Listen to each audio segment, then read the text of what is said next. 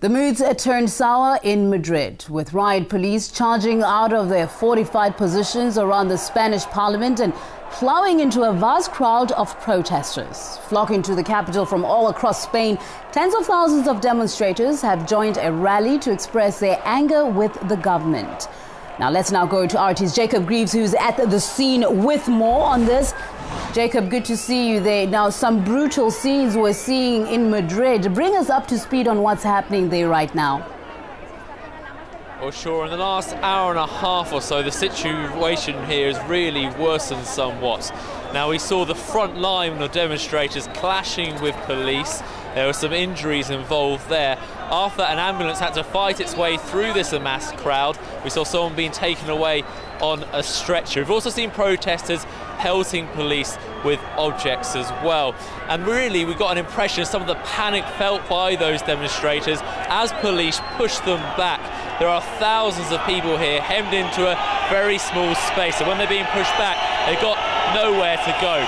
Now, this is all in aid of the so-called Occupy Congress movements, and we've spoken to organisers throughout the course of today, and they say the aim wasn't to actually occupy physically the parliament itself, but what they do want to do is they want to send their message, make sure it's heard by those MPs inside parliament. That is anti-austerity and anti some of the cuts. Now, we're joined at the moment by Carlos Declas, he's a sociologist. Now, the situation behind us at the moment, again, it's looking pretty precarious. Is this worth it to try and get this message across? Well, I think actually that's the question of whether or not this is worth it is a question for the government and for the Troika of the European Union. What you're seeing out here right now is the Spanish and, by extension, the European citizenry reacting against austerity. Now, austerity right now is at a level where it's affecting people's daily lives. It's affecting whether or not people can get medical attention. It's affecting whether or not people can advance socially through education and social progress.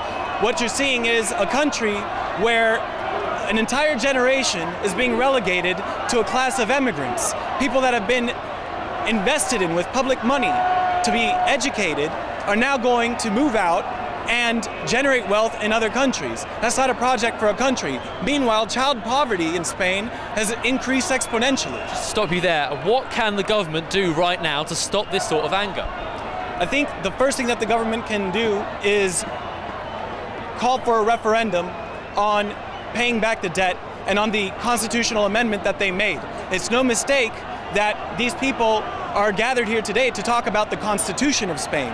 The Constitution that has been around since the transition from the Francoist government and was always said that it couldn't be touched, that it was the basis for what Spain is today. But they did change it without a referendum or even consulting citizenry or submitting it to public debate to pay back an illegitimate debt taken on by the private sector. Okay, thank you very much, Carl. I was going to have to stop you there. Now, as this protest continues, some of the anger's being built up by the jobless rate. You're looking at unemployment in this country, the highest in the Eurozone, about 25% of the population. That's particularly hitting the young, those aged below 25, and we're seeing them really out in force here at the moment today.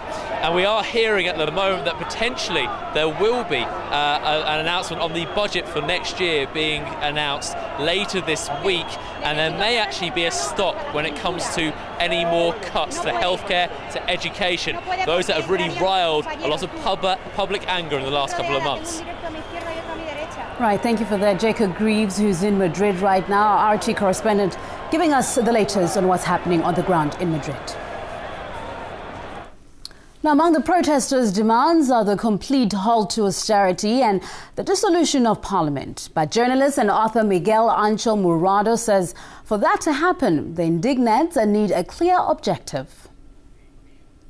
The same indignados or indignant movement, which a year and a half ago was very successful in bringing out in the streets tens of thousands of people, and not exactly against something very specific, but against the way in which politics are done, the lack of transparency, the lack of democracy, the fact that important decisions are not consulted with the people. As I said, they had a huge success, but it was short-lived. It fizzled out very quickly.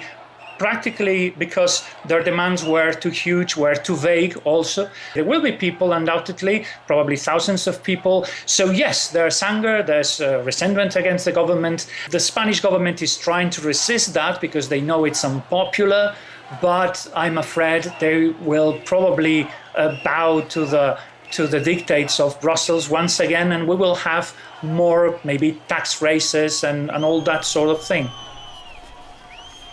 Right, just to remind you, if you've just joined us, people from across Spain traveled to the capital for today's demonstrations to show their anger against the government's handling of the financial crisis.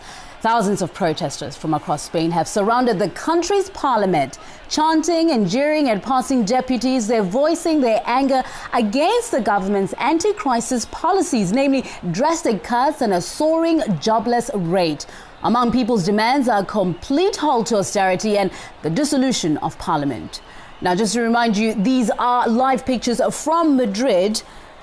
The protest has been tagged Occupy Congress.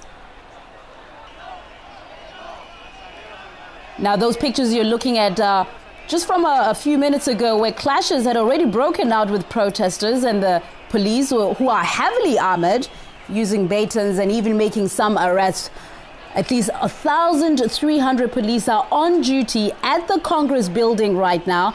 Now, Spain has, of course, seen the worst unemployment rate in the Eurozone, and the Spanish government is having to borrow heavily to cope with the effect of a recession and, of course, a collapsed property value. And people are feeling the heat. They're saying no more to these austerity measures.